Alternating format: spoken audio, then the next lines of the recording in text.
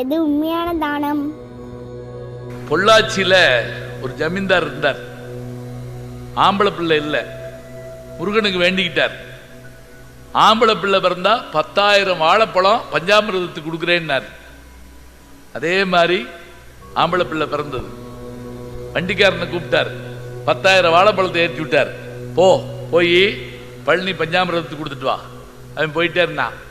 நெய்க்காரப்பட்டின்னு ஒரு ஊர் இருக்கும் பழனிக்கு முன்னாடி. அந்த நெய்க்காரப்பட்டிக்கிட்ட போய் நின்று டீ குடிச்சிருக்கான். அப்போ ஒரு பெம்பளை வந்து கையில் பிள்ளையோட, ஐயா பசிக்குது, காசு இருந்தா கொடுங்கண்ணா. என்கிட்ட காசு இல்லைம்மா, நான் வண்டிக்காரம்மா, இந்த இப்படி பழம் ஏற்றிட்டு போறீங்களே, ஒரு 3 பழம் கொடுக்கப்படாதா அப்படின்னு கேட்டா. சரி இந்தா உனக்கு 2, உன் பிள்ளைக்கு 1 பழத்தை பிச்சு கொடுத்தான். வண்டி போயிடுச்சு. போய் பழனியில் கொடுத்தான் பழத்தை. பில்லு போட்டு வாங்கிட்டான். ஜமீன்தார்ட்டு கொண்டு கொடுத்தேன். அவர் அன்னைக்கு நிம்மதியை படுத்துவங்கனாருங்க. ராத்திரி 3 மணிக்கு ஒரு கணம், ட்ரீம் தமிழில் சொல்றதுன்னா அப்படிதான் சொல்ல வேண்டியிருக்கு.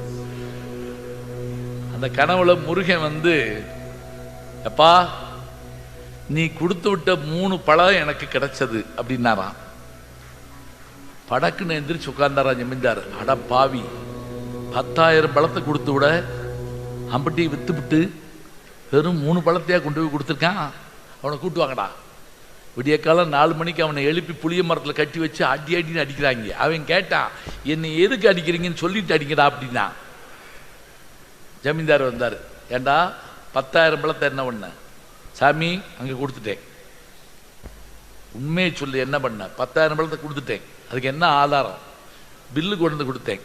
இல்லை, நீ ஏமாத்திருக்க. 3 பழம் தான் முருகனுக்கு போயிருக்கு. இப்ப இவன் ஒரு 3 பழம்னு முழிச்சுக்கிட்டாங்க. சாமி அவுத்து விட்டுக்கு உண்மையை சொல்றேன் அப்படின்னா அவுத்து விட்டாங்க. இப்ப சொல்ற உண்மை என்னடா செஞ்ச? சாமி போற வழியில ஒரு ஏழை பொம்பளை பிள்ளைய கையில வச்சுக்கிட்டு பசின்னு கேட்டா, இந்த முருகனுக்கு கொடுக்க வேண்டிய பழத்துல 3 பழத்தை பிச்சு கொடுத்தேன். அதுதான் நான் செஞ்ச தப்புன்னா. ஜமீன்தார் கையில் இருக்க குச்சியை கீழே போட்டு அவனை தொட்டு கும்பிட்டாருங்க. டே, அந்த 3 பழம் தான்டா முருகனுக்கு போச்சு. ஏழைக்கு தருகின்ற ஒரு பொருள்தான் இறைவனை சென்றடையும். நடமாட கோயில் நம்பர்கொன்றியின் அது படமாட கோயில் பரமர்க்காகும் என்று சொன்னால் அப்படியான செய்தியை மகிழ்ச்சியா கொடுக்கணும்.